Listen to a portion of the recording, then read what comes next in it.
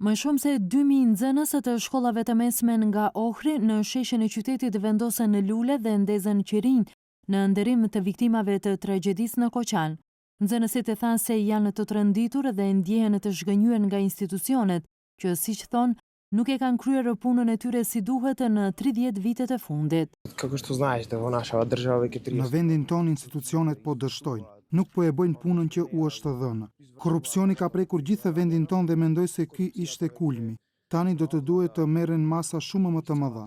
Kjo nuk duhet të ndalet këtu, sepse është për të ardhur keq që janë hedhur të gjitha të drejtat. Këtë herë kanë hequr edhe të drejtën bazë, të drejtën për jetë. Nëse nuk ngrihemi, kjo do të mbaroje për 3 ditë. Jo vetëm ata që janë fajtor në këtë rast, por të gjithë ata që janë të përfshirë në korrupsion në këtë vend, që kanë ose nuk kanë prapavi në këtë, duhet të bëhet zgjidhje.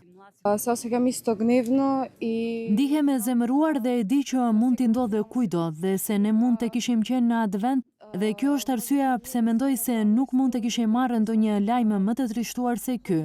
Këto ditë, si mësuesit, ashtu edhe prindërit na këshillojnë se duhet të jemi të kujdesshëm që të mos e vizitojmë vende të tilla. Brezi ynë i fëmijëve shkon në parahengje të tilla, prandaj duhet të jemi të kujdesshëm. Të gjithë duhet të kuptojmë se mund të kishim qenë në vendin e atyre fëmijëve.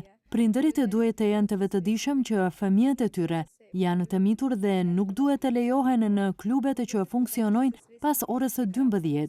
Nuk u kontrollohen letërnjoftimet, ne jetojmë në vend të korruptuar, në të cilin ky korrupsion duhet të ndalet dhe derisa të ndaloj, ne mund të jemi viktimat e radhës.